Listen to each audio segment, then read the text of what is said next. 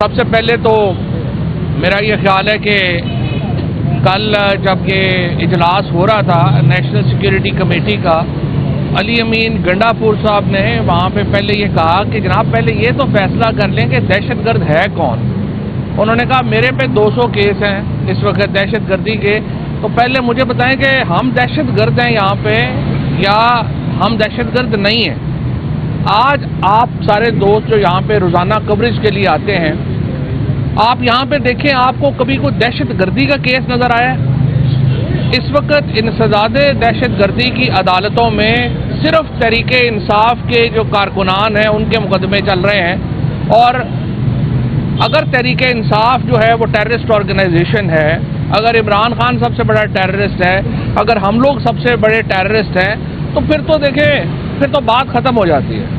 پھر تو اس کا مطلب ہے کہ جو 70% ووٹ لینے والی پارٹی ہے وہ ٹیررسٹ ہے، پھر تو پاکستان ٹیررسٹ ہے۔ تو سب سے پہلے تو اپنے دماغ کو کلیئر کریں نا کہ ٹیررسٹ ہے کون اس ملک میں۔ روزانہ تماشا لگا ہوا ہے انسداد دہشت گردی کی عدالتوں میں، تحریک انصاف کے ورکرز جو ہیں ان کو کسی نے کوئی جھنڈا اٹھایا تھا اس کو اٹھا لو، فلانے کو اٹھا لو، اور ہم نے دہشت گردی کا جو قانون ہے، انسداد دہشت گردی کی جو عدالتیں ہیں ان کو ایک مذاق بنا کے رکھ دیا۔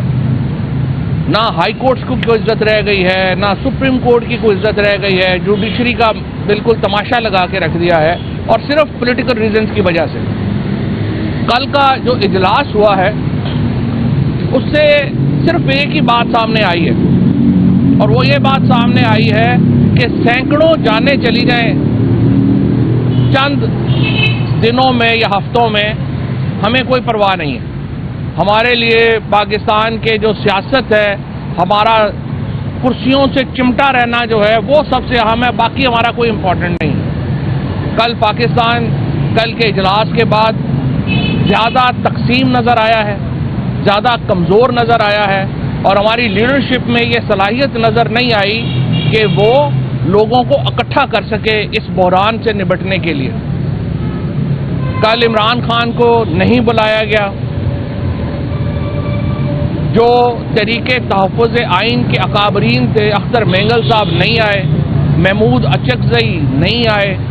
جو بلوچستان کی حقیقی قیادت ہے وہ وہاں پہ موجود نہیں تھی۔ خیبر پختونخوا میں جو ہو رہا ہے اس وقت، جس طرح سے علماء کو ٹارگٹ کیا جا رہا ہے وہ آپ کے سامنے ہے۔ لیکن ان سارے حالات میں جو ہمارے سیکورٹی فورسز کے جو جوان، جو ہمارے افسران جو شہادتیں دے رہے ہیں، ہمیں یوں لگ رہا ہے کہ ہماری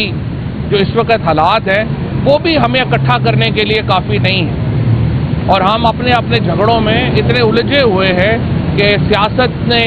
ہماری جو تمام انرجی ہے اس کو کنزیوم کر لیا ہے، اور ہم بالکل دشمن کے ہاتھوں میں کھیل رہے ہیں اس وقت جو سچویشن جو ہے وہ چل رہی ہے۔ اگر آپ کو پاکستان میں کنسنسس چاہیے، جس طرح سے اے پی ایس کے سانحے کے بعد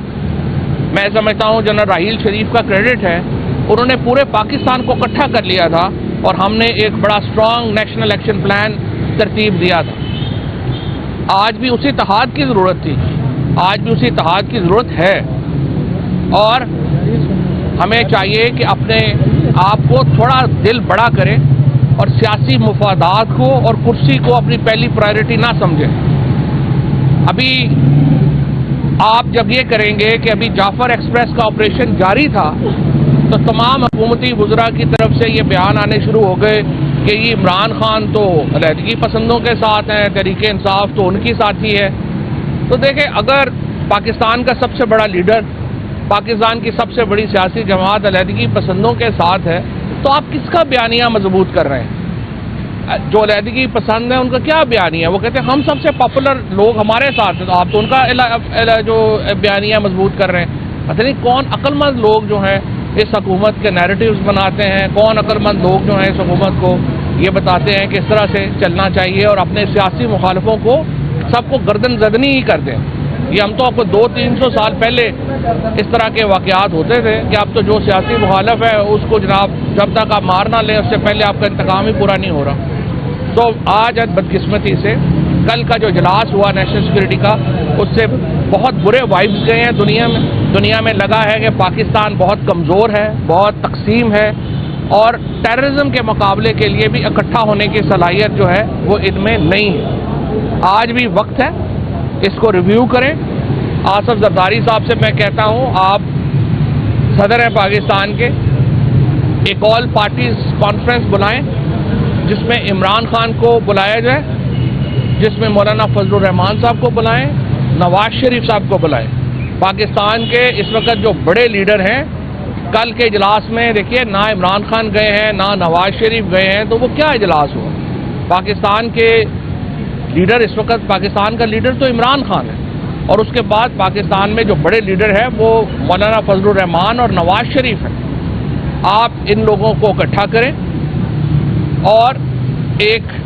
آصف زرداری، نواز شریف اور عمران خان اسٹیبلشمنٹ کے ساتھ بیٹھیں،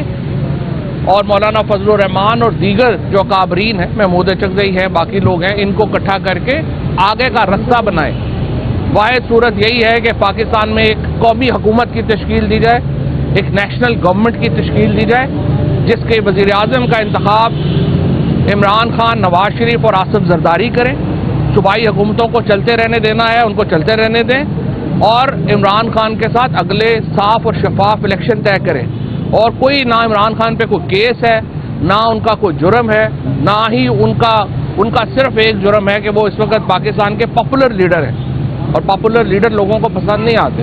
لیکن واحد حال پاکستان کو آگے بڑھانے کا یہی ہے۔ آپ زیادہ نقصان کر کے ادھر جانا چاہتے ہیں، آپ کی مرضی ہے۔ میری رائے میں اب بھی بہت بڑا نقصان ہو چکا ہے، اس کو بہت جانیں اور آگے چلیں، پاکستان کو آگے لے کے جائیں، اور ایک نیشنل گورنمنٹ جو ہے وہ فوری طور پہ پاکستان میں لائیں اور نئے الیکشنز کی تاریخ طے کریں۔ کیونکہ آپ نے بات کی کہ ایک اجلاس بنایا جائے، تمام پارٹیز کو قومی حکومت بنائی جائے۔ عمران خان مسلسل جو ہے وہ استعمالی میں قائم ہے، یہ بات نہیں کرنا چاہ رہے، اور جب سے وہ جیل میں ہیں اس سے پہلے بھی یہ، اور اب اس دوران اس کی کون گارنٹی دے گا کہ عمران خان کے ساتھ بیٹھنے کو تیار ہوگا اور ان کی بات ماننے کو تیار ہوگا اگر وہ ایک طرف سے کچھ فیصلہ کرتے ہیں؟ یہ بات تو الٹ ہے۔ عمران خان نے نون لیگ اور پیپلز پارٹی کے ساتھ طویل مذاکرات کیے ہیں۔ ہم نے